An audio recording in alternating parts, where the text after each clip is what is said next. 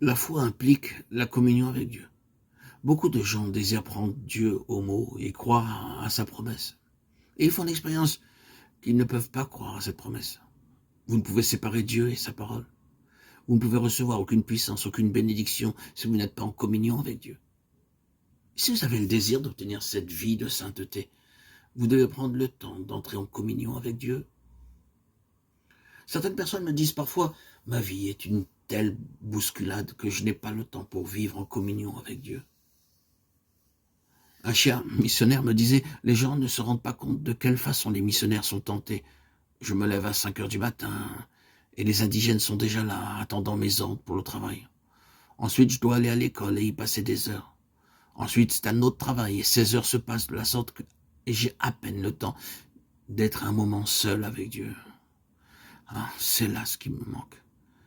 Je vous en prie, souvenez-vous de deux choses. Je vous ai pas dit de croire à la puissance de Dieu comme à une chose, et je vous ai pas dit de croire à la parole de Dieu comme à un livre, mais je vous ai dit d'aller au Dieu Tout-Puissant, au Dieu de la Bible. Confiez-vous en Dieu comme cet officier a eu confiance au Christ vivant. Pourquoi a-t-il été capable de croire la parole que Christ lui avait dite? Parce que dans le regard et l'accent de Jésus, le Fils de Dieu, il avait vu et entendu quelque chose qui lui avait fait sentir qu'il pouvait croire en lui. C'est là ce que Dieu peut faire par vous et pour moi. N'essayez pas de créer la foi dans votre propre cœur. Combien souvent j'ai essayé de le faire et j'ai agi comme un fou. Vous ne pouvez pas tirer la foi des profondeurs de votre cœur.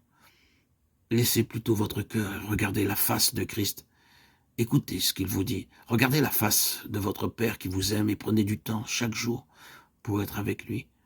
Commencez une vie nouvelle avec le vide profond et la pauvreté d'un homme qui ne possède rien et qui s'attend à lui pour toute chose, avec le sentiment profond de repos qu'éprouve celui qui se repose sur le Dieu vivant, le Dieu tout-puissant. Mettez Dieu à l'épreuve et vous verrez s'il n'ouvre pas pour vous les écluses des cieux pour vous verser une bénédiction si abondante que vous n'aurez pas de place pour la recevoir. Robert Murray McCheyne dit quelque part, « Oh Dieu, rends-moi aussi saint qu'un pécheur.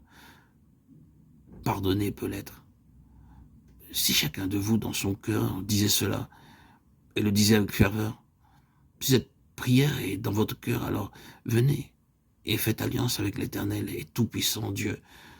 Et dans un état d'impuissance totale, mais dans un profond sentiment de repos, placez vos mains dans les siennes. Entrez dans cette alliance en adressant à Dieu une seule prière. Que vous puissiez croire pleinement que le Dieu Tout-Puissant sera votre compagnon et tiendra votre main à chaque instant, qu'il sera votre gardien, veillant sur vous constamment, votre Père mettant sa joie se révéler dans votre âme. Il a le pouvoir de faire que le soleil de son amour soit avec vous toute la journée.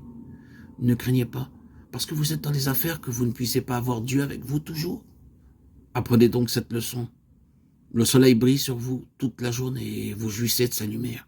Et où que vous alliez, cette lumière brille sur vous. Dieu en prend soin. De même, Dieu prendra soin que sa divine lumière brille sur vous et que vous habitiez dans cette lumière. Si vous confiez en lui, voilà la toute-puissance de Dieu. Et voilà la foi, la mesure de cette puissance. Ne dirons-nous pas tout ce que la puissance de Dieu peut faire? Je me confie en Dieu pour qu'il le fasse. Les deux aspects de cette vie céleste ne sont-ils pas merveilleux? La toute-puissance de Dieu me couvre et ma volonté dans sa petitesse se repose avec joie sur cette toute-puissance. Jour après jour, gardé par son amour, jour après jour, à l'abri sous son aile. C'est le repos et la vie éternelle. Je t'appartiens, ô Sauveur, pour toujours.